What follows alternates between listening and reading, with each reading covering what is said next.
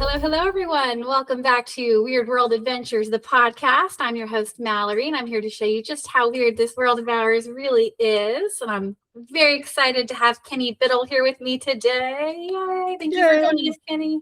So, how are you? I'm doing all right. How are you? I'm doing good. I'm still, I think I finally am catching up from SciCon. I think I'm finally getting like caught up on all the work and stuff that I kind of pushed to the side because hey, we have 4 days of entertaining everyone in the scientific world and skeptical world and all that. So yeah, I'm finally there. I'm good. Yeah, it was. I feel like I'm just now catching up from SciCon too. It's just a whirlwind and everything happened so fast, but it was, thank you for all you do for that too. I know you did so much and it was so wonderful. And the Niagara Falls experience where it was like we all showered and yes, that was I told you we're laughing about it now. And that's what I said there. Like we arrived at Niagara Falls to take the Maid of the Mist boat ride. And I think the bus left us off probably 2 blocks away. I mean, we had to walk, and by the time we walked to the entrance, the sky opened up and just poured on top of us. And it wasn't refreshing. It was cold. it was cold. It was cold, and we were drenched well before we got on the boat. But it was fun. It was like an insult to injury a little bit, where the ponchos were so close, but they were so far. Yes, that very, very thin layer of plastic really doesn't do much. I mean, especially we were already soaked, so it didn't matter. And I had this Adidas bag, and I was like, this is great. This will keep everything nice and dry. We'll take out the electronics just in case, and we'll bring the Adidas bag, and it'll be fine. And it says it's waterproof. It was not waterproof. Nope. Usually they are not. I do have a habit of doing the whole plastic bag thing. I get a Ziploc, and like anything like that where I know I'm going on an adventure, put them in a Ziploc bag, put them in my backpack, and then I feel a little bit better. But yeah, it was fun though. And we had a good time, and the trivia was fun. Although I did hear everyone, and this is just my personal opinion injecting here, everyone enjoyed my trivia much better than Brian Dunning's. I love Brian. And I love giving him crap. Oh, me too. But he did have a lot of very technical trivia, and I was like, I can't step up to the plate here for this. The ghost trivia. I can't do the hard facts about waterfalls. I know. Like that, I didn't study for this test. I wanted. Because when we talked about the idea, it was like, all right, yeah, let's do trivia. And he's like, yeah, I'm going to do like waterfalls and water and the science of hydroelectric power and this and that. I'm like, all right, dude, I'm going to do pop culture. I'm going to just do like Ghostbusters. I'm going to do movies. I'm going to do cartoons. I'm going to do stuff like that because that's more fun for me. And because I'm not good at that. I suck at trivia. I really do. Yeah, me too. I'm good with the obscure, weird stuff. I'm great with the pop culture, the ghosts. I knew several of yours. I'm not good with hard facts unless it's really obscure. Like I could tell you pretty much anything about Evita Peron. Weirdly, like there's certain topics where I'm like I could nail this one, but well, that's good. I mean, that's the kind of stuff I like, and that's where we could have conversations. You sit down and you mention that. I'm like, well, tell me about that. Who is that? I don't know anything about it. Now it's a chance to learn. And I love to learn. So I would just sit and listen to you talk about that over dinner. Yeah. Because it would just be fun. Well, I wanted to talk with you a little bit too today about your personal journey into skepticism. And I know a lot of people come to skepticism through different routes, and many people were believers before they kind of become skeptics and kind of go into that mindset. Do you have formative experiences or beliefs prior to working for CFI and kind of getting into that world? So, I mean, we can go all the way back to when I was a youngin'. I was raised Catholic. My mother is a devout Catholic, and my father is not. So that meant that I was raised Catholic because mom was the boss. I grew up having those beliefs because I was indoctrinated into it. Right. You know, like that's what my worldview was. And once I got to high school, I realized that there were people. I even went to a Catholic high school, but Wow. I realized like there were other people that were going to the school that were not Catholic. And that was a foreign concept to me. I didn't realize there was something else. I had a neighbor that was Jewish, and it was funny because like every time religion came up and my mother would reference our neighbor, it was always that, well, you know, he's Jewish and that's okay. But, and then like, I never got that until I was an adult where I was like, that was very condescending. That was horrible the way that you referred to our neighbor like that. But then, yeah, realizing that there were other religious beliefs, and some people didn't have any beliefs whatsoever, you know, and didn't believe in any kind of god or gods or goddesses or anything like that. And I was like, wow, you know, and I was always fascinated with Egyptian mythology, Greek mythology. I love that because I grew up playing Dungeons and Dragons. Me too. Oh, that's awesome. Yes. I mean, I was surprised that my mother let me, but it was something that we could get my friends to come over. It was my circle was D&D. That's all we did, you know? And so, yeah, that I had those religious beliefs until after high school. Sometime after high school, I started doing well, I'm not going to go to church. I'm going to see what happens. And once I stopped going and realized like nothing happened, I didn't get struck by lightning, you know, nothing horrible befell my family or anything like that. Like, okay, this isn't for me. I'm not going to do the church thing anymore. And I mean, I have nothing against anyone that does go to church or anything like that. You do you, as long as it doesn't hurt other people. That's my philosophy. And then with that, I did have a strong belief in the afterlife. I thought there were ghosts because it was always like you could pray and talk to your deceased loved ones, and you could pray to things in heaven and basically ask for wishes, Right. to see if that would, you know, come true. So there was something that I was being taught that I was like, all right, there's something there. And I went into ghost hunting because once I got married, I realized that there was this thing called the internet, and we got a computer. I found the receipt to my first computer, and it was an internet ready computer. That's how it was promoted. And I think we had 16 megabytes of RAM. Oh my gosh. And that was top of the line. I remember getting the receipt and having everything listed, and the sales guy telling us, you will never need another computer.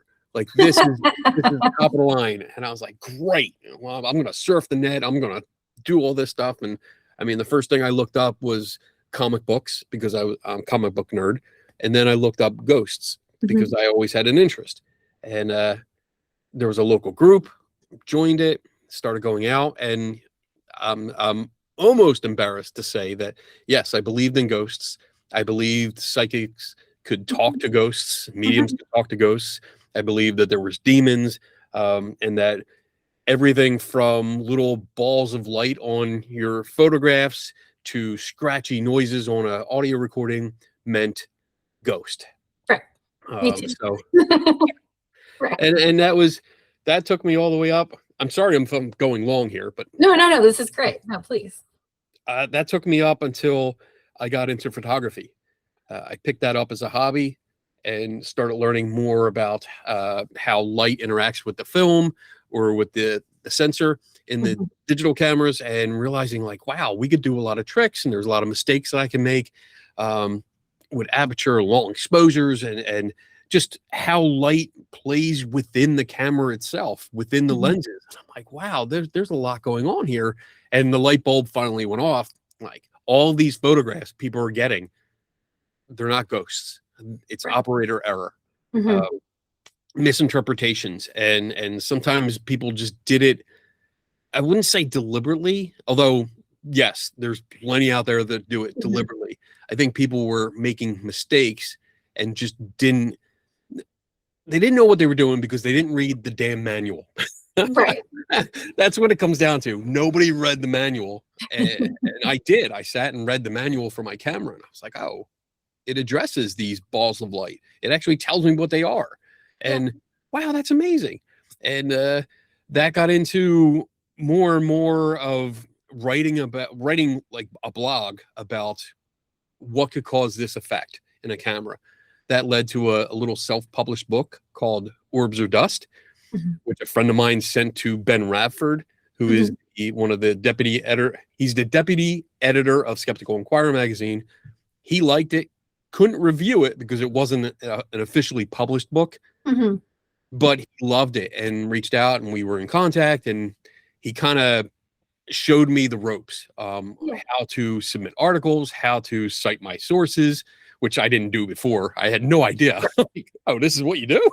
Okay. I have to tell you where I got the information. What is that? I know I really hate citing sources, and I know how important it is, but I'm so bad at it. Yeah, it is. But you know what? Now it's become second nature. And now that I still do writing for the magazine, for Skeptical Inquirer magazine, but I also produce a lot of videos for them. And it's actually easier for me to include references because every video or picture or document, especially all the documents, everything I cited right on screen. So you know exactly where I got it from. Even though I'm showing you the document, I want you to look it up too. Right. But after talking with Ben for a while, and I submitted an article to, it was called Skeptical Briefs. It was a newsletter that they put out. That was my first published article. And I was like, wow, this is great. And I realized there was a whole world out there, a community of people that looked into this and really looked at it from a scientific point of view and a proper investigative methodology. And I was like, wow, I want this. I want to be a part of this. And here I am. Here I am. I am sitting in the office of the chief investigator at CFI headquarters in Buffalo, and this is my full-time job. So yay! You did it. That's amazing. I did it. Do you remember you talked about this, and Art Bell? I remember early internet, there was a place called Art Bell, and they had a whole listing of ghost photos, and me and my friends would just click on all those ghost photos when we were teenagers online at Art Bell. Online at Art Bell. I used to go there. There was also a site called the International Ghost Hunters Society, and that was they did a lot of conferences. They did the first paranormal conferences that I knew about in the late 90s, early 2000s. And I did the same thing. I would go through every photo on the website, and some of them I could explain, the others I couldn't. And my behavior, my approach to this won't let me give it up. Like if I see something and I'm like, I don't think that's real, I will obsess over it forever until I figure it out. And it's good and bad. I mean, the good part is that it does focus me, and I will beeline it. Like, that's it. That's what I'm doing for the next couple of hours until I figure this out. I will research it. I will replicate it. I'll get the same camera. I will get under the same conditions, and I will try to replicate what's going on until I get it done. Right. The bad part is I will spend the next couple hours or days doing this. Yeah. And my wife is like, just let it go. I can't. I got to figure it out. Yeah,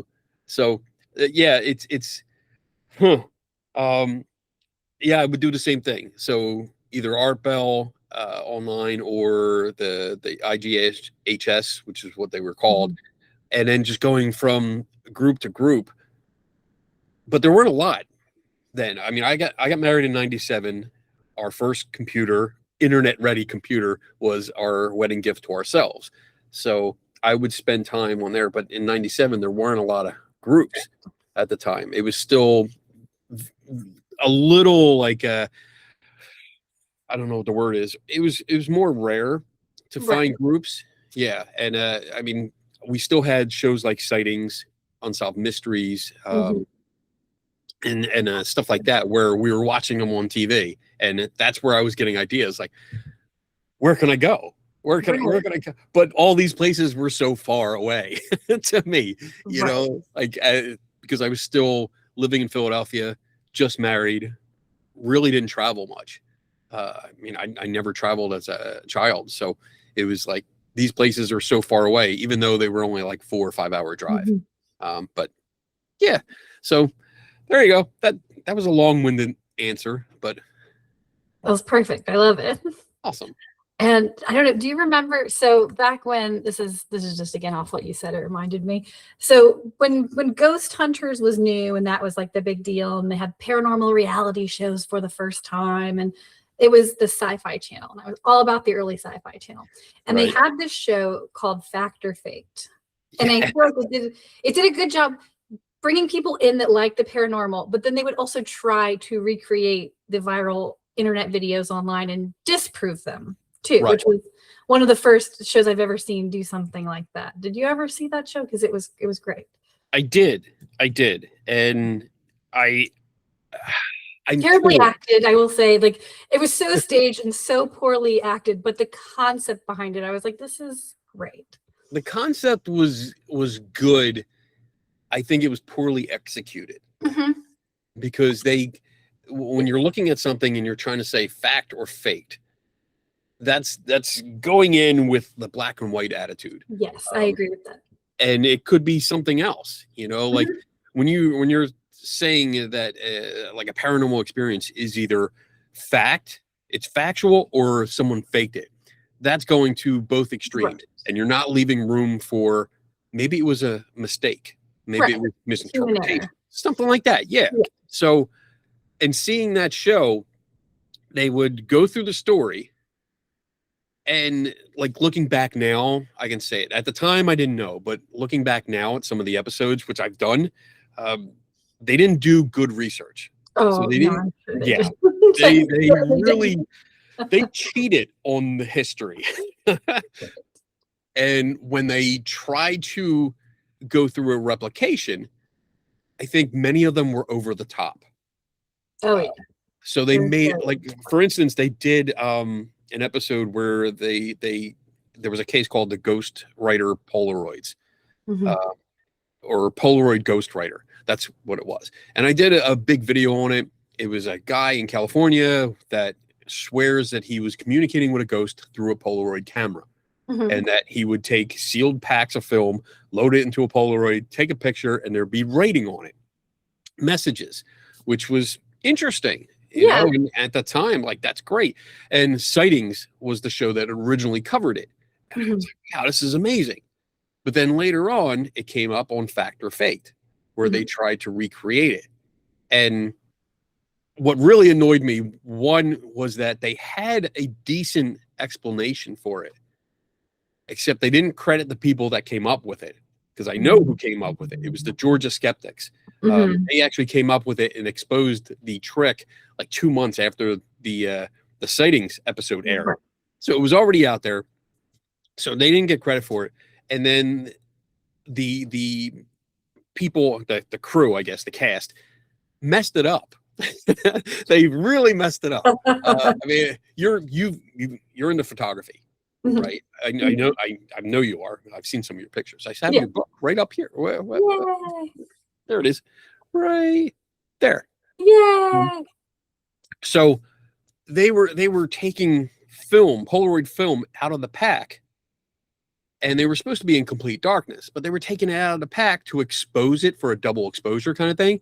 But they had like light, the distance sensor or the rangefinder from the camera lighting up and exposing the film, and they were messing it up like big time. And it was annoying me because it was like, these people are not following their own instructions.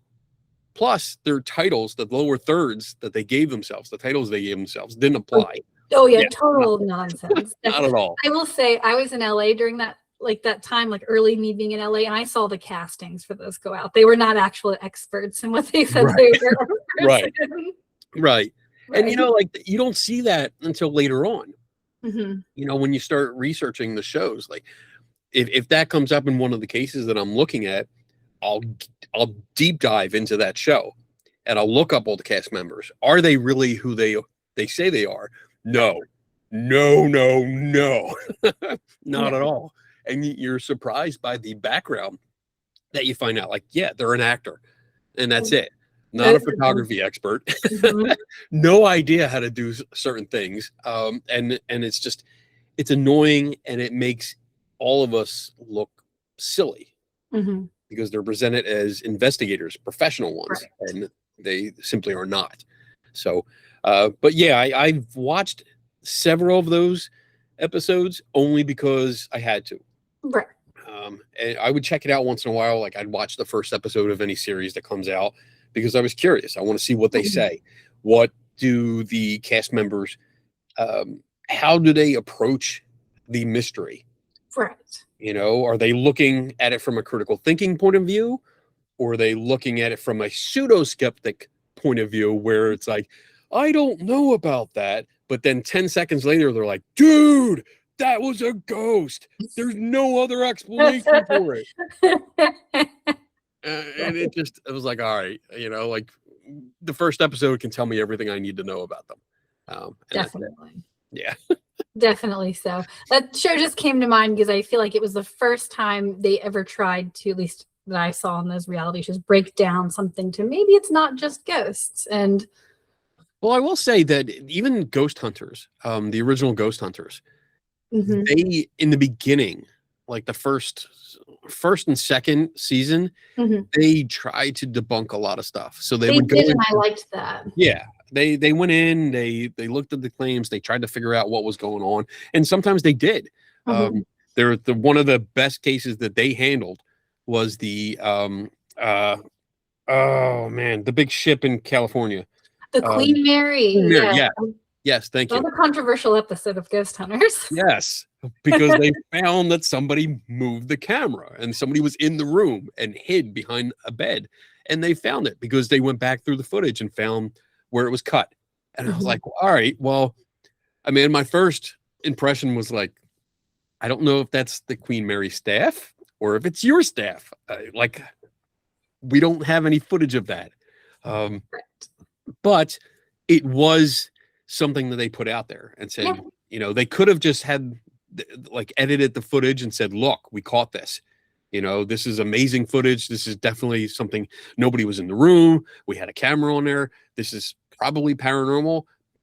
This is awesome. And I think most of their viewers would have sucked it up. Yeah. And loved it. But at least they came out and said, we found something wrong. We're putting it out there. There you go. And I mean, since then, I am friends with Jason Hawes. So full disclaimer or disclosure.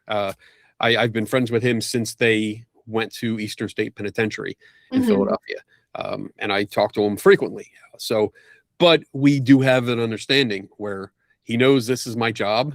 I know that that's his job. And even though we have different opinions, we can talk. We can have pretty good debates. But as soon as it's over, it's all right, man. You want to get a beer? Yeah, cool. Go get something to eat.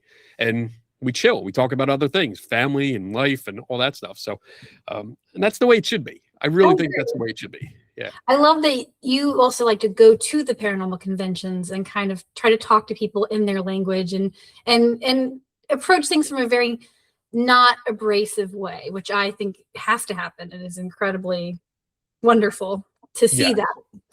And a lot of my friends are ghost hunters too. I mean, like, like in that world, Steve Gonzalez from Ghost Hunters, we've done stuff together. I love him.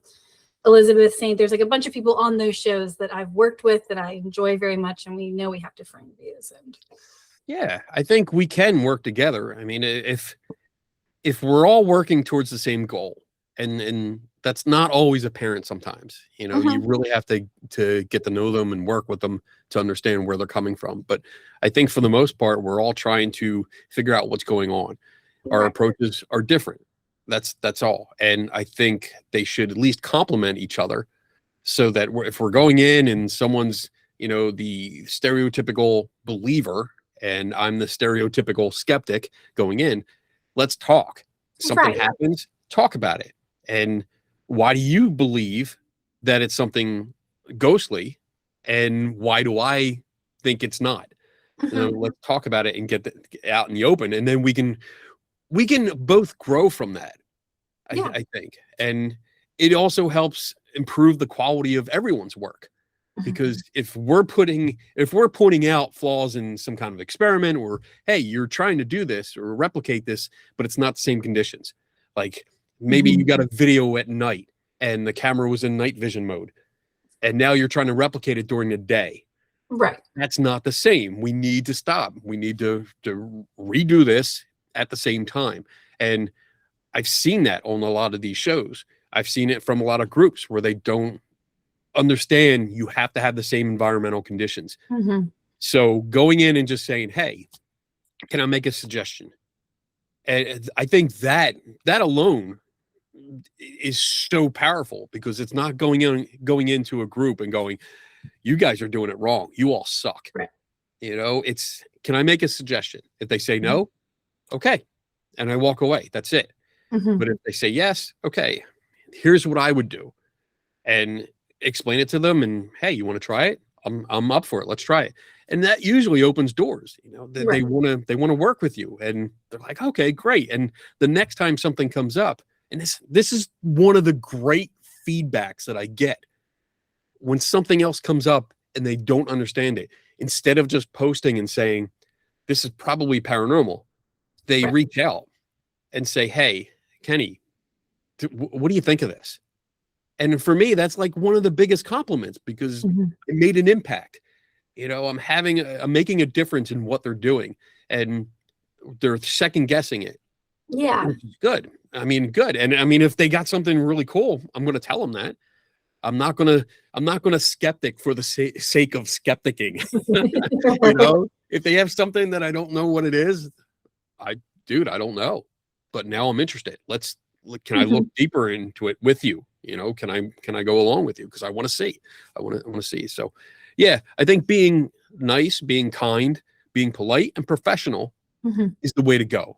That opens doors instead of closing them. Because if you're the stereotypical skeptic from decades ago, where you just went in there and just no, and you were mean and you were in their face, which I understand. I want to, on the side, I understand the attitude, because that's what they were getting from the other side. It was a fight, but somebody has to say, you know what?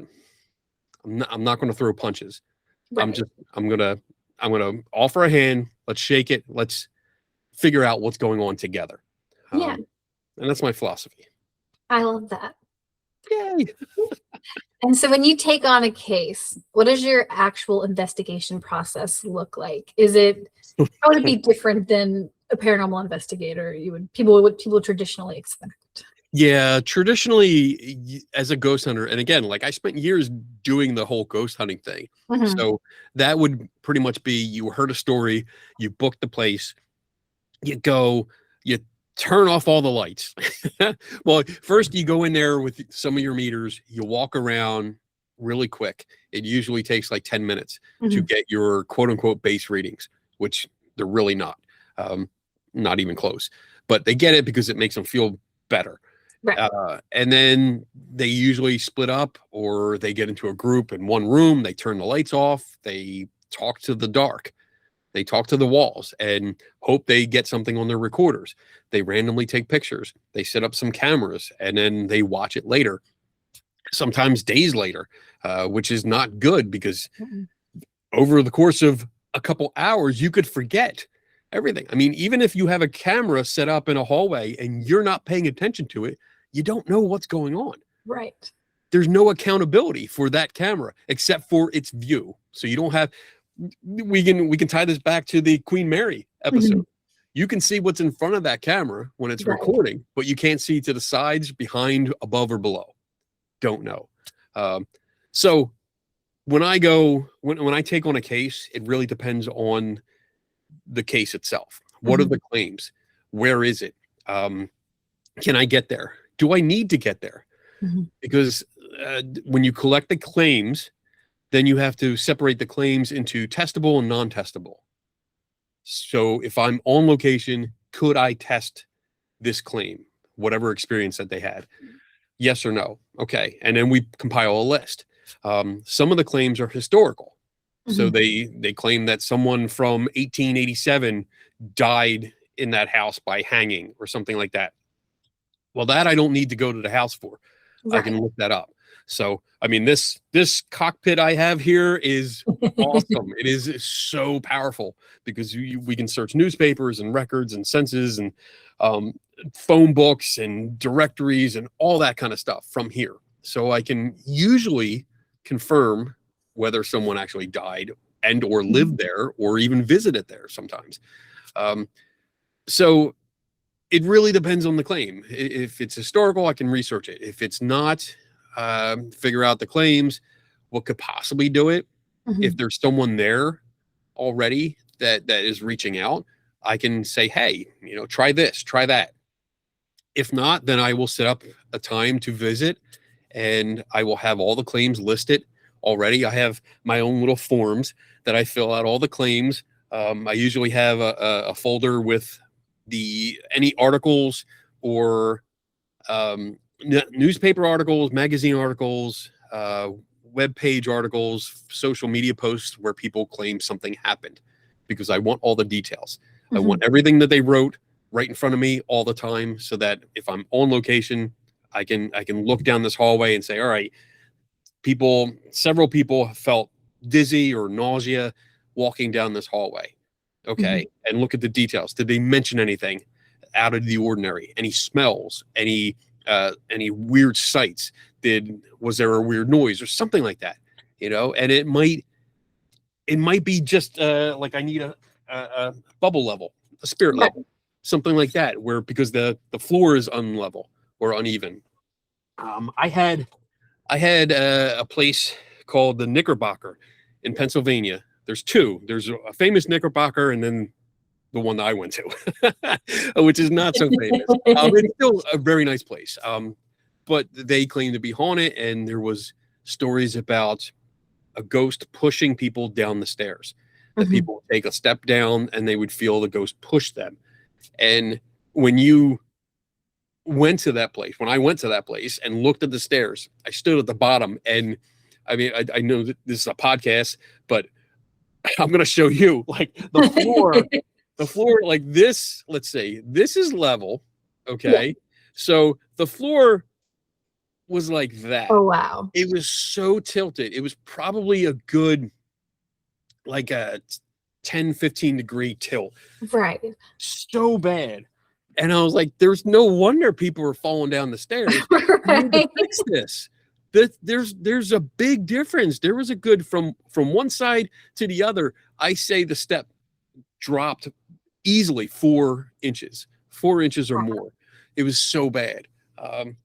But I guess it's not easy to describe what I do, because if I'm searching for historical documents, that's what I'm doing all day. I'm sitting here looking through that.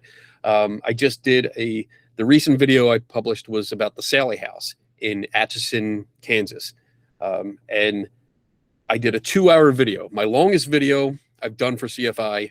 I'm waiting for them to tell me, hey, reel it back, bring it back to like an hour.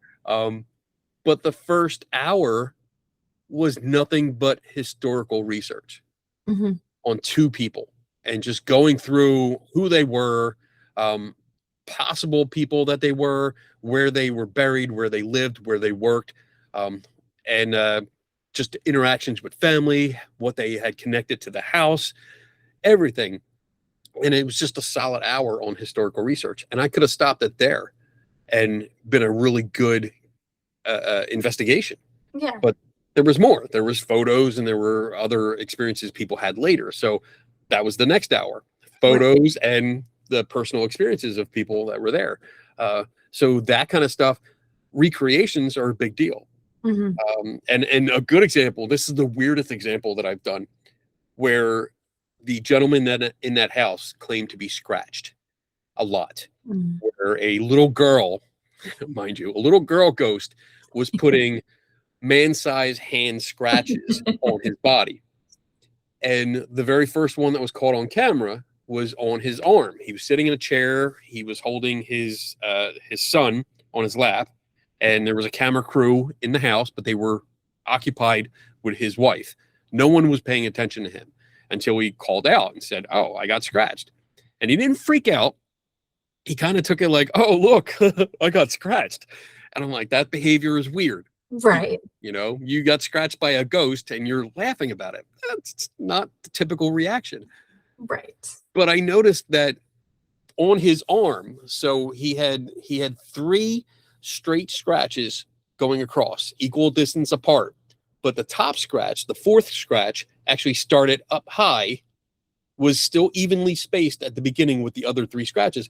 But as it came towards the middle of his body, it made a V pattern. So the top scratch actually came down and met with the scratch under it. And I was like, all right, I'm looking at him. I bet you that's him. I bet you he did it himself. Because I started looking. I'm looking at my hand on my arm, and I'm squeezing like this. I'm like, that top finger, the pointer finger, is coming down and joining the rest of my hands. So I didn't want to cut myself or scratch myself because I'm like, that would be weird. So I taped pens. I had 4 pens taped to the tips of my fingers with the tip of the pen like creeping out just a little bit. And I reached over, grabbed my arm and squeezed, and it came out perfect match to what they had on screen. And I was like, wow. And then my coworker, Eric, he peeked in. He's like, what are you doing? I'm like, I'm doing Freddy Krueger, man. That's great. My horror film on. But that's some of the stuff that I do. And recreating stuff. Like I had a case, same case, where they had roses. They had a rose in the window. It was in a vase. Single rose that mysteriously got burned. Okay, so I got to recreate that. I got to see if that could be done within a couple minutes, because they said they had this window of 5 minutes where no one was paying attention to that area. Okay, I got 5 minutes. How can I burn this?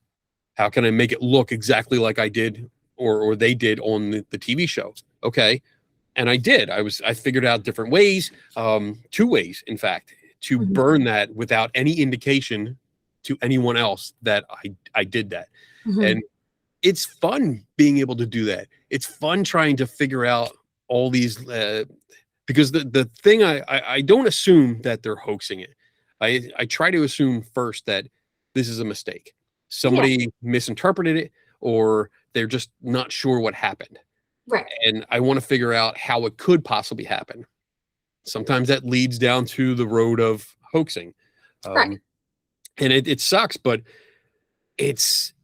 for me, it's so fascinating to figure out the tricks that you can do in order to do like scratches on your arm, or making your kitchen cabinets open and close by themselves. And we've done that here.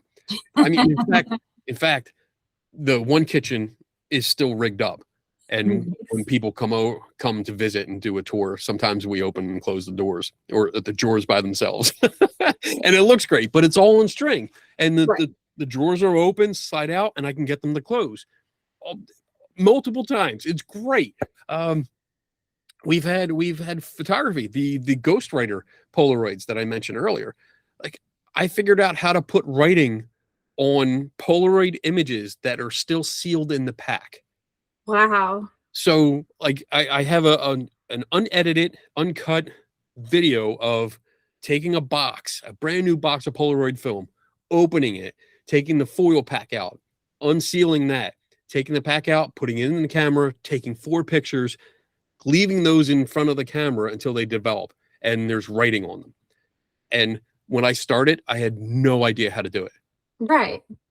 But trial and error, figuring out, looking at the old videos and interviews and picking out little details, figured it out. And with the help of the Georgia Skeptics, who had figured it out before me. Right. And we have CFI here has a huge library. And not only do we have the largest collection of paranormal and skeptical books in the world, but we have a full library of newsletters from all different skeptical groups across the world. And we happen to have the newsletter that the Georgia Skeptics published their report in. So I had it, and I was able to read it and replicate what they did. So really, really cool. So I don't know if I answered your question completely, but there's just so many different paths that I go down every day. It does. Great. Yeah. And that's what keeps this job so interesting, because I don't know what I'm going to do every day. Right. Like, no idea. Like, I could be making some new special effects images, photos, or I could be trying to make a doll move that's encased within, a solid acrylic case. Like, how do I make that move? All right, I think I can do this. Okay. And I mean, they're really cool here, because there's been a couple of times where we almost had the fire department out because of stuff. I don't know if you can see, but like, there's a shelf up here and it's nothing but different chemicals that I've ordered over the years, where it's like, all right, we'll mix this ratio. And I'm like, yeah, we'll eyeball it. And it hasn't turned out well. So, lots of smoke and some burning stuff. I still have marks on the desk that I had to fill in. So, but yeah, there's no telling what I'll be up to. And the thing is, like, I will stick with a case until I solve it.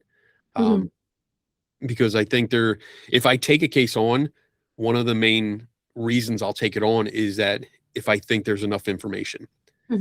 If there's not enough information, then I usually start a file, and I still have physical files. I have paper files over there in file cabinets. I will take documents. I will take the email request if somebody like mentioned it to me. I will take any pictures, because I have that ADHD kind of thing where it's, somebody's like, hey, I know you're busy, but I saw this ghost photo. And I'm like, oh, whoa, let me look at that for the next 10 hours. But I'll try to do 10 minutes, get what I can, put it in a file, close it, and then get back to what I'm working on. But if there's enough information, that really grabs my attention. I'm like, all right, I think this is solvable. I have to dig. And sometimes that's weeks, sometimes it's a couple hours. And sometimes, like the last video, the Sally House video, took, I think I was there the first week in February of this year. Wow. And I just posted it a week ago. So yeah, 5 months to get that out, get all the information that it's a lot of work, but it's worth it. It's definitely worth it. It's rewarding. I know we want you to come out. We're trying to get a group together at some point to do the Brown Mountain Lights, because we saw them. And I will say, I get why people believe in, you see it, you're like, well, this is crazy. And obviously we know, like, I know this is some weird science thing happening here, but I don't know what it is or how it's happening. We're going to figure it out. Yes. We are going to figure this out, because we talked about the first time we met. You brought that up and we were talking about it, and I was really interested. I remember coming home after that weekend and looking it up. Like, let me find some videos. I found your videos, and I was like, oh, you sent me the videos. That's what it was. It was so wild, because we could see it so vividly and just nothing on camera. And none of the cameras we had. I'm like, damn it. You sent me videos, and I'm looking at them going, what the hell? There's nothing here. And me and Michael are like, this is so crazy. And then there's just nothing. And I want you to know, you were a trooper. I also sent it to Brian Dunning, who photoshopped a ghost in it, like a pop scare. So he's like, look really close at this second. And he got us. He got us. That's good. But yeah, I do want to come down and get together with everyone. And that'll be a total, like, work focused, like, weekend or whatever, 2 or 3 days that we come down there, because I want to solve that mystery. Yes. And so famous, and it dates back to the early settlers. I think the Cherokee that were in the area. It's been documented for centuries, and no one has quite solved it. we'll do it. Yes. We'll do it. And it's I'm great gonna to make see a the prediction. space in the day and the night too, because we actually went back and saw the space in the daytime, and you don't realize how high up you are in the Right. mountains, and like how just kind of it's floating over nothing. Like you kind of to have the perspective in the daytime, and then to be there at nighttime where it's just pitch black and there's these weird little ghost lights. You're like, this is Awesome. very I can't wait. I'm excited. It's going to be great. So, speaking of some of the more famous cases, do you find those are harder to investigate because they kind of develop communities around?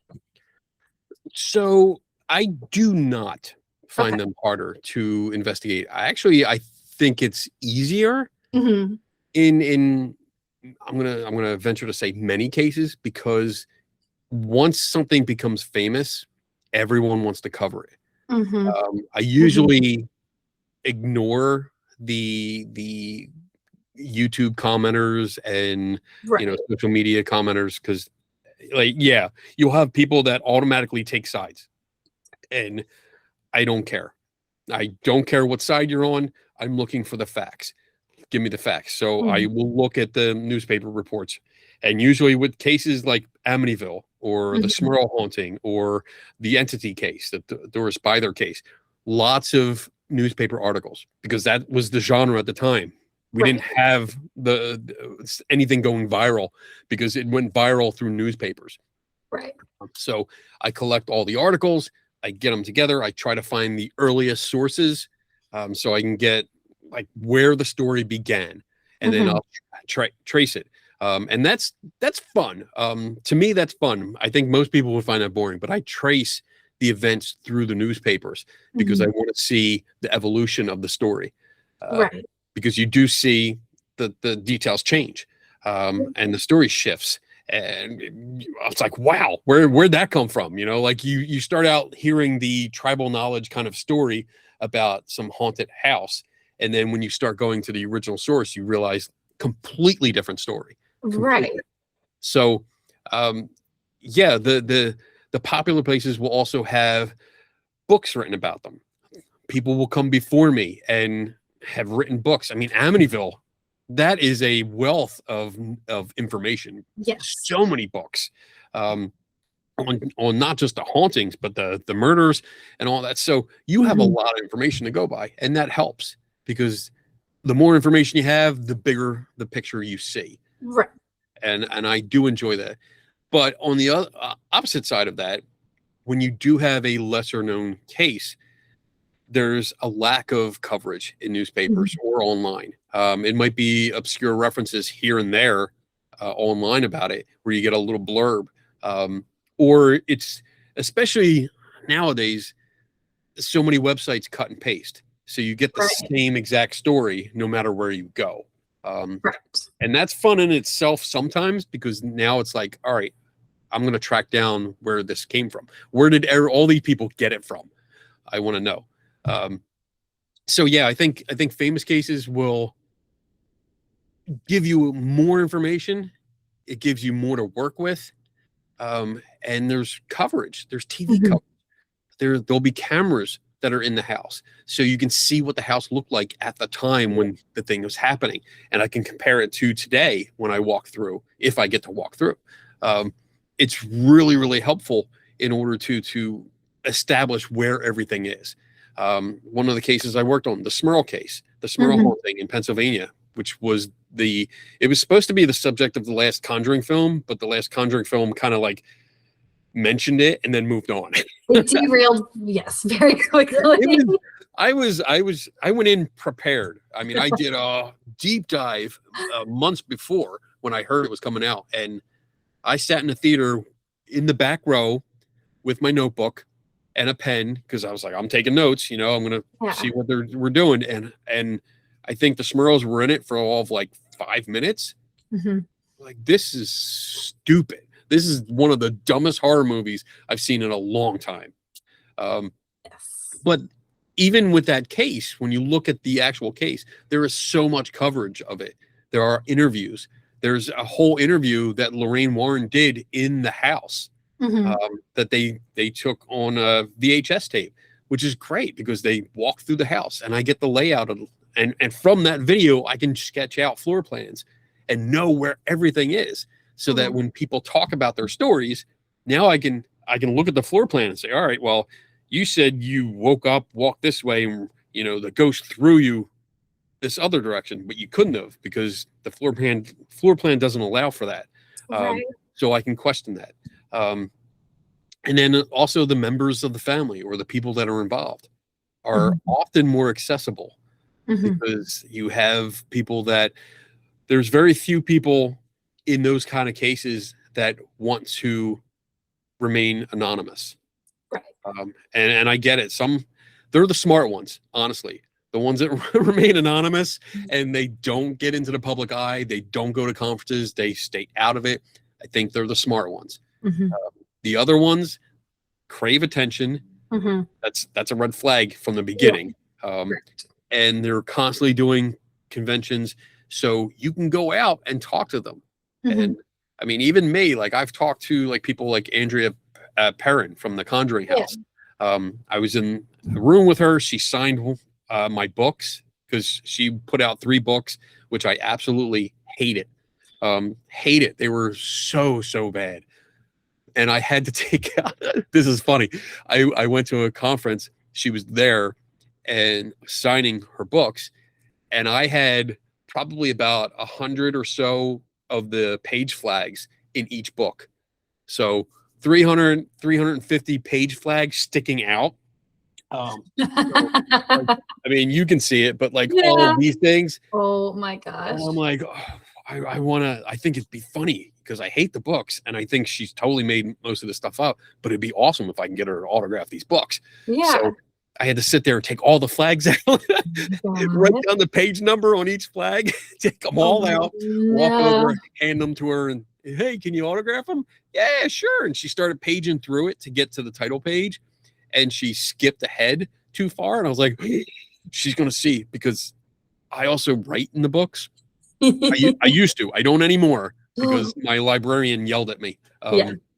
But I used to write in them, and I wrote notes like saying exactly what I thought of the people, and that there's a lot of curse words and stuff like that. But I was worried that she was going to see them, but she didn't, and she autographed them, and I walked away. But yeah,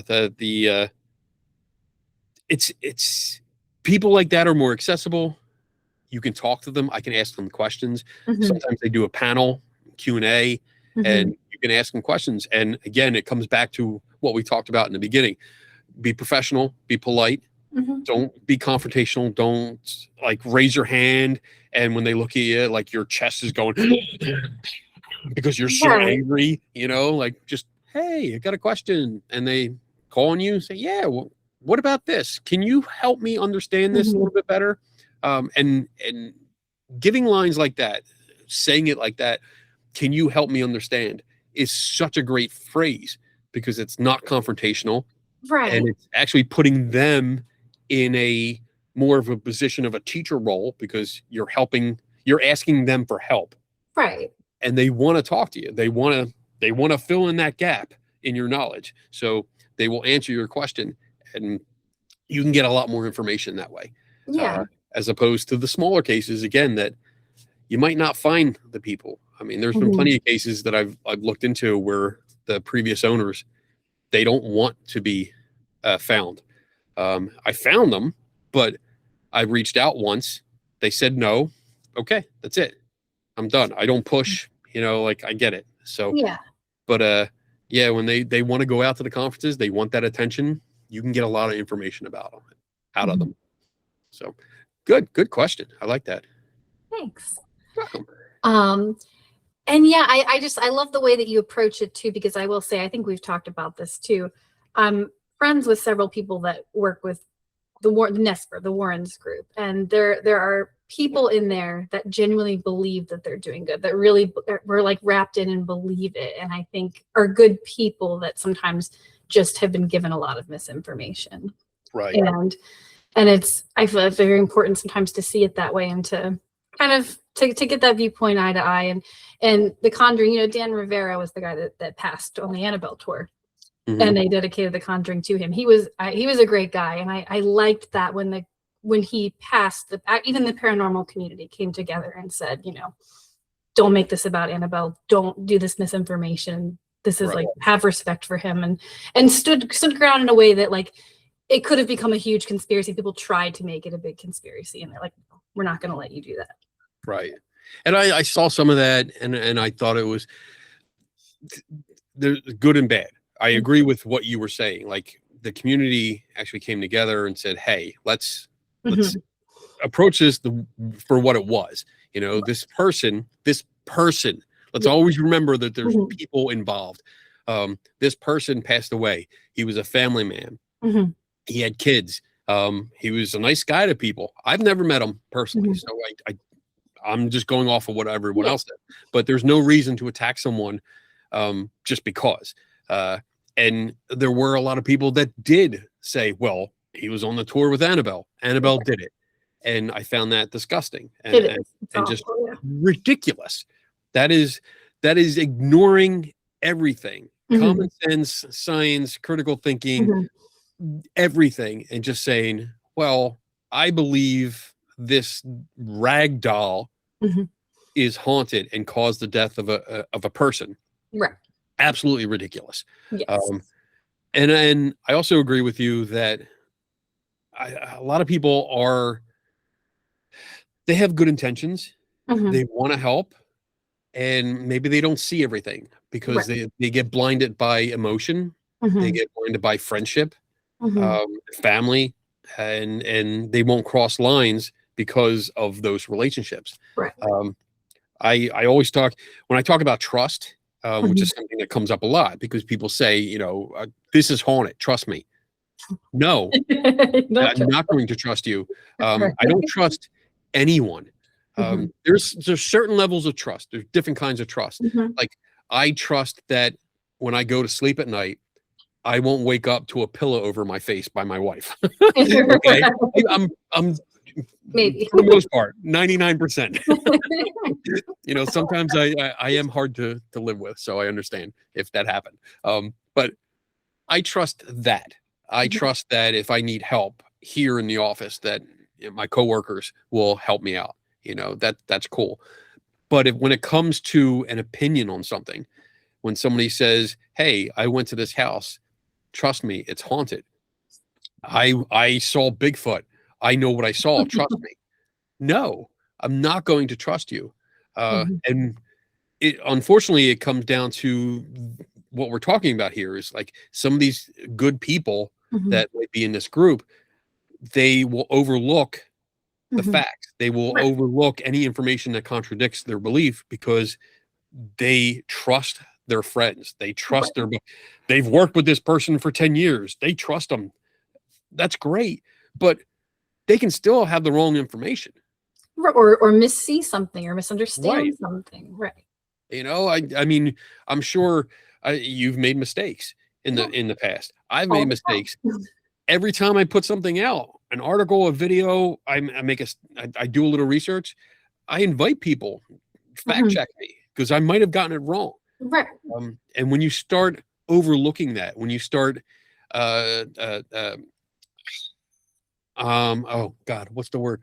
When you start saying, you know what, I'm going to take his word for it because I trust him. I'm not going to fact check them. You put yourself in trouble. You create a situation where you both could be wrong. And now you're going to double down on being wrong because you don't want to be wrong. And that would mean that your friend was wrong. Right. That you trusted. It doesn't mean that they lied to you. Right. But they could have had a bad information. And I see that a lot. I see that a lot with the interactions with people on both sides. You know, if we put the facts out there, if we put documentations, and I mean, now we say, I put the facts out there and I have the receipts, which I think is funny. I like that. I like that. I mean, I still say I bring the documents. Like I bring all the documentation with me. Here's all the information. We have their own words. I have interviews of people there, and you bring it all to the table, and they're still like, no, I'm gonna believe what I want to believe. Yes. Okay, I can't help you. Right. You know, there's no reason to continue this conversation because you won't budge. And if you're going to look at all the information that says otherwise and still say, well, no, I'm just going to believe what I want to believe, okay, we're done. And unfortunately, that's the way it is sometimes. But I still try to be, I try to be nice.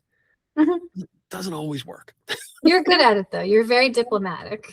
Thank you. I try, and I really appreciate that. I mean, sometimes it just, especially like, have a little rum in my tea, and like, I feel snarky. I'm gonna go pick a fight. And I don't like doing that. I feel bad afterwards. I really do, because I shouldn't be. I'm gonna be aggressive in certain situations, but I don't want to be aggressive just for the sake of being aggressive. Right. I think that's ridiculous. Something I will be aggressive on is like mediums that claim to talk to your loved ones. Especially that's just manipulation. Yes, it's manipulating. It's especially when it's kids, when they're trying to talk and say, "Oh, I'm talking to your son, your daughter, your brother, sister," and it's obvious cold reading. You can show that they have no direct hits. They don't have any good information. And even when they do have the direct hits, but you can show, especially nowadays, because most of these things take place online. As soon as I get the client's name, I can find so much information within minutes. Right. And imagine, like, this is a big thing. Like, when you do psychic readings, I don't know if you had a question about psychics. I'm just going off on psychics. But if you're having an interview like this, like I see you see me, and I could have somebody, a window open with Messenger on the side, and as long as I'm looking down to the right, I can see the message box. So I can have someone sitting off to the side, you wouldn't even know it, feeding me information. Right. And I'm going, well, let me see, I'm talking to your grandfather. I think it's your grandfather, and they had something, and I'm looking at the messages of the information from like the obituary for your grandfather. Right. And I'm like, oh, great, I got this. I'm reading off information, and it's really easy to do. And that's usually what we find with hot readers, people that research you beforehand. So yeah, I don't know. I totally forget where the question was. I'm sorry. There was an episode of Bullshit about that. You remember the show Bullshit? Oh my God. So good. Absolutely. So I met Penn and Teller at one of the Psychons. We met him at the show at the Psychon. I got to escort Teller around for a little bit, so it was really cool talking to him. Yeah. But then we also went to a show, and I happened to have a Skeptical Inquirer shirt on when we went to a show, and they pulled me after the show. They pulled me aside, like, we like that. And I was like, well, I work for them. They're like, oh, really? And I was like, I'm hanging out with Penn and Teller. I'm hanging out with Penn and Teller. Oh, that's so cool. Really, really cool. So yeah, I love that series. I have the series on DVD because they really did a good job covering all those weird topics. Definitely. And I really learned a lot from them. Yeah, it was great. Is there any cases that you have worked on that have really surprised you? Any cases? And it's really broad, but just in any way that you left going, I did not expect that. So yeah. There was one, and I mentioned it, the Smurl case. So overall, they usually don't surprise me. It's interesting. I think that's a better word. Interesting. The pathways that I go down to find out what happened, or the people that lived in a house or something like that. But in that case, I covered something in the video that I did on that I never thought I would cover. And it was nocturnal, oh my goodness, nocturnal emissions. And it was an issue where adult males would have basically a wet dream. Yeah. And it's abnormal. It's not really abnormal. I mean, men do go through it, but it's not common. That's the better term for it. It's not common. And there was some descriptions of events that happened during that alleged haunting, where when I compared it to nocturnal emissions, I was like, this all lines up. Everything he's saying in his interviews lines up with this. And it was the first time in a video where I was like, how do I cover this? I have to cover it because it's important. It's a big deal. It was in newspapers. I mean, he talked about being sexually assaulted by this demon that was in the house, and I don't think it is. I got to make sure I don't say I'm a doctor or anything, like I'm not diagnosing this, because I can't. Right. But I have to talk about this. And it took me a while because I was like, I'm looking at the camera and all I'm doing is looking at myself, but I'm still like, I can't. And I'm not laughing at him. I'm not laughing at him or, anyone that goes through it. It was just an uncomfortable, weird thing that I was like, I'm going to talk to the camera, which is going to go out to thousands of people. And I'm going to talk about a gentleman that I've never met having nocturnal emissions and thinking it's a demon.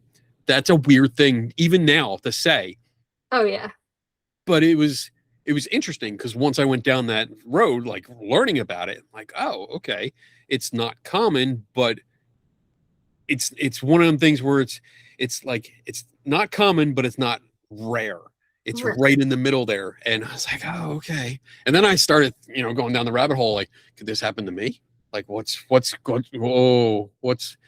do I do? How do I prevent this? How do I do? And I think I was on it for 2 days, and I've only used it like for 5 minutes of the video. But it was very interesting just to go down there. And that's the great part of my job, is that, like I said, I never know what I'm going to do every day. And I get to learn something new every single day, and like stuff I never would have thought of. Like old men, like 40, 50 years old, having nocturnal emissions. Right. This is interesting, but it was a really cool part. And I got a lot of compliments because I'm always worried about how to handle that kind of thing where I'm talking about it or writing about it. How do I present that in a professional manner that I'm not making fun of the person? Right. I'm not making fun of anyone else that may experience this, and that, hey, this is something that happens. Get over it. Mm-hmm. And basically that's how I handled it, mm-hmm. And I said in the beginning, I think that I'm going to be serious, no jokes, no, insert of videos that make you laugh or anything. This is a purely a serious segment here. And I went into it, mm-hmm. and I got a lot of compliments saying that I handled it well. So I was very happy. Yeah. But yeah, that was it didn't turn out the way I never expected that when I started looking into that case. I love that. It was fun. Are there any claims or pieces of folklore that you're excited to investigate that you haven't gotten the chance to yet? Things you would love to do? Yes. In fact, I'm probably going to be fulfilling one of those in a couple of weeks. I always wanted to go to the Bachelor's Grove Cemetery, mm-hmm. Because there is the picture called the Madonna of Bachelor's Grove, and it was taken. I think it was taken in the 90s with infrared film in this cemetery that it's not abandoned, mm-hmm. but it's just it's cared for by somebody. I think it's volunteers that care for mm-hmm. it still, but it's kind of forgotten except for the paranormal community. Mm-hmm. There's no access road to that cemetery. Wow. You have to walk through the woods to get to it, which is, I think it's great. Oh. That's so great. But I want to go and try to replicate the photo, because I think I know how it was done. I think mm-hmm. I know what happened. I don't think it was deliberate hoax, but I think it was somebody not paying attention. And I wanted to go and see if I can replicate that and then write it up. And then my boss, Stephen Hupp, I mentioned it to him, and he's like, yeah, I'm only like 4 hours away. When you go, call me. I want to go with you. So I was like, oh, that's great. Like I get to show my boss what I do, and he's excited because he doesn't do this kind of thing. Yeah. So he's excited to do that. So that's one of the places. I'm looking at my list. I have a whiteboard over here Nice. with which I keep out of camera view because there's names and stuff on it. Right, But right. there's 26 projects that I have on there that are in different stages of completion. And there's another place called the Omen House in LA Mm-hmm. that I want to go to. I heard it was I think it had something to do with is it Marilyn Manson? No. I forget. I totally forget. Somebody mentioned it. I put it up there. I want to go there. The Brown Lady Raymond Hall. I really want to go to Raymond Hall. That is the most famous ghost photo ever. And I absolutely want to go to Raymond Hall to visit. And I'm trying to plan it because I'm going on a trip to the UK next year, my first time overseas. Nice. So I'm excited. First time overseas? First time overseas. I've never, except for Niagara Falls, I have not been out of the States. Wow. So I know compared to you, like I'm like a wee little amateur. I'm so excited. I'm excited. We're going to London. We're going to Edinburgh. We're going to the Highlands of Scotland, which I'm a big Highlander fan. I don't know if you're familiar with Highlander, but yes, we named my son Connor after Connor McLeod. So I'm so excited to be going to the Highlands. I'm totally going to McLeod Castle. I'm excited, but yeah, I'm trying to fit in a excursion to go over to Raymond Hall. And if I could do that, oh man, that'd be great to be able to stand on the stairs where the Not Ghost was filmed. Oh my gosh, I would love that. I mean, there's plenty of places. It's one of the things, to be honest, I try not to think about that kind of question because it becomes overwhelming. Yes. Because there's so many places that I want to go. There's so many things I want to write about, so many things I want to film and just talk about and get the information out there, that when I start thinking about like, where do I want to go next? It's overwhelming. I sit here, I'm like, all right, calm down, pick one, just pick one. And I'm like, ugh. That's how we wind up doing a season 3 of our show before the baby's born, which was not supposed to happen, right? You just get so excited. I have to do this and right. This. There's so much mystery in the world that it's so interesting and exciting. And I just want to do it all right now. Yes. My big one is I've always loved the Phantom of the Opera in every iteration. I love the book. I think the book is wonderful. And Gaston Leroux, on his deathbed, swore that the book was real. It's like, like the folklore of, the Phantom was real. And he wrote in so much detail about what happened. You can actually, I want to go through the Opera Garnier and deconstruct like what he wrote about to try to prove like what is feasible, what's not feasible. Wow. That's cool. Yeah. That is really There's a lake under there. There's a lake under the opera house. There's the chandelier never actually fell, but a weight from the chandelier fell and killed someone. So you can get like the bits and pieces of things that inspired the story and see where it snowballed. And oh, that's so cool. I love that. That's like a little mystery. That's like a mystery movie where you just found the clues in the book. You're like, this is like national treasure shit. That's what this is. You're like, it is true. The rumors were true. I'm not crazy. Oh man, that's awesome. That's so cool. All right. My last question, I'm going to take it back to the beginning here and just ask, what did you play in D&D? Oh, so I was usually a fighter magic user. Okay.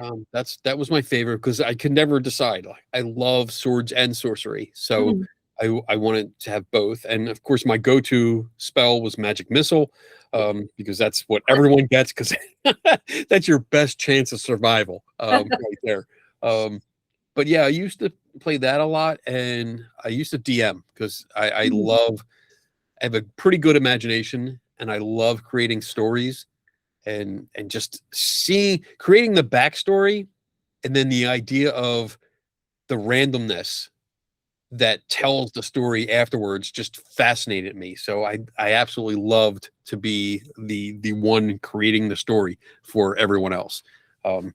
So I would sit in the basement with, you know, the 2 or 3 pizzas that we ordered and the old school 3-liter bottle of Coke, and we would just go for hours and hours, until my mother would kick us out because she's like, it smells down here. Get out. Have you played as an adult, like any of the new stuff, or? No, I stopped at second edition. Okay. I had the entire collection of second edition books. And then I had I still have all my basic edition box sets from basic and expert and even immortal. I have all those still. I have all my dice. I mean, I still play with dice. Nice. I'm holding for podcast listeners. I'm holding up It's a D20. 20. Yeah. But I also have I have a dice tower, and I have a bowl of dice over here that I usually play with, because I still sit there and just roll the dice and spin them. You know, like you get used to it and spin them, and it takes me back to my youth. So, but playing as an adult, I tried a couple times, and it just never kept up. Like life always got in the way. So that is the thing. Yeah.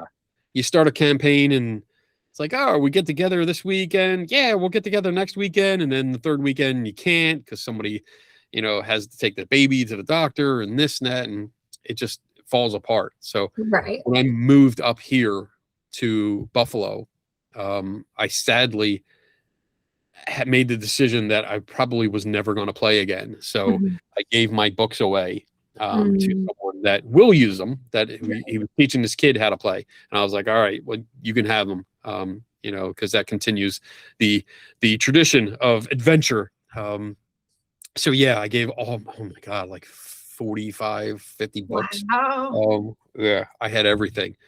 And I do miss it because it was just, I guess that's why I do like video games now, but I like the open world. Like I play The Witcher. Oh yeah. Love that. And it's that mix, swords, sorcery. You're basically a fighter magic user, and monsters and dragons and bad guys, and just I can sit and play that for hours and hours and not be bored. Even doing the same thing over and over again. So yeah, I miss that. If you ever get back into or have a group of people, because the way we do it now to get it to work is we'll do just a big module. You know Ravenloft, right? Like we're going to do Ravenloft for Halloween, and we're going to put 2 days aside, and no one's going to schedule anything, and we're going to get it done in 2 days. So if you do a giant setting, that's the only way I've found to really make it consistent. Oh, that'd be cool. Yeah. I was always into Dragonlance. That was my big, I still have all the novels.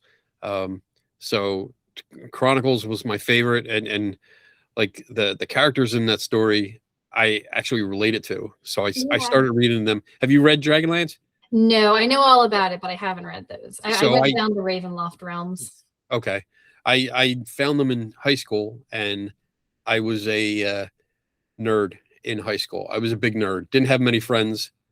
So I related to the characters in Dragonlance, especially Tanis, half elven. Like that was the main character. I felt, because he always felt like he didn't belong. Right. And was just, he had his little circle of friends, and that was me. So never felt like I belonged anywhere, but I had like my 4 or 5 friends that I always talked to. And I was like, this is me. This is awesome. So I've read that book, or actually like there's the first 6 in the series I've read probably 2 or 3 dozen times. Just when I feel like I'm overwhelmed and I need to get away, I just sit down and read them, and it takes me back. So yeah. Well, you're very close to Toronto. So once you cross the seas for the first time, you should go up to Toronto. You're within 2 hours. I was there when I visited for SciCon, and there is a place called Stormcrow Manor, and it's a nerd like bar, kind of like food place. It looks like a big manor house. It's heavily focused on D&D, and you can actually roll the dice to pick your burger or your meal. They have like a roll of D20, and whatever you roll, like this is going to be your meal. So you can leave. Oh, that's awesome. That is so cool. That's one of our that's on our list, because we did, like I said, we moved up here to Buffalo 4 years. Yeah, about 4 years ago. And we haven't explored the area much. Mm-hmm. I mean, the furthest we went into Canada was to go to IKEA. So we went there. I've been in there for a couple times for like toy shows and Comic Cons and stuff like that. But we want to go to Toronto, mostly because we do have an idea. Joe Nickel, my predecessor here, he did a lot of work in Toronto, and I was talking with Tim Binga, our librarian, and he came up with the idea is like, why don't you do like a update, like a follow-up to all the stuff that Joe did in Toronto, like go around, visit the places and get an update, see what they're doing. Do they still think the places are haunted, or, have they found causes for them? Was Joe's solution correct? And that's what I want to do. I want to spend like a week and just take 2 days, 3 days, maybe visit all those places, get the updates. So I have a good article, but then see everything else. Like this restaurant, I want to go to this so bad now. Manor. It's amazing. You will love it. It has everything. It has Star Wars. It has D&D. It has Fallout. It has all the nerd avenues. It's great. I love Fallout too. I love Fallout. Oh, me too. Yeah. So good. So good. Cool. Well, thank you so much. This is great. Like the last time we actually got when we first met, we sat down, we talked a lot. I think because there were a couple other people there, and you outlasted them. Yes. And we sat and talked about a lot of stuff, and then we got to talk a little bit at SciCon. But like it's fun learning like how nerdy you are.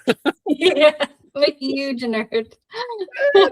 I started with Buffy and Angel. I'm forcing Mike to watch Angel through right now, and it's so early 2000s, but in the best way, where I'm like, this is where it started, and then it just went into D&D and all the nerdy stuff. And I watched Buffy and Angel too. Yeah, because that fell right into the genre. So yeah, it was really cool. I liked it. Okay, I'll stop talking now. No, it's great. This has been wonderful, and thank you so much for joining us today. Thank you for having me. I appreciate it. Of course. And will you tell everyone where they can find you online too, if they'd like to follow you? Yes, you can find me at skepticalinquirer.org under the name Kenny Biddle. That's my author's page, so you can find a whole bunch of stuff, all my videos and articles. You can also find me on YouTube by just searching my name.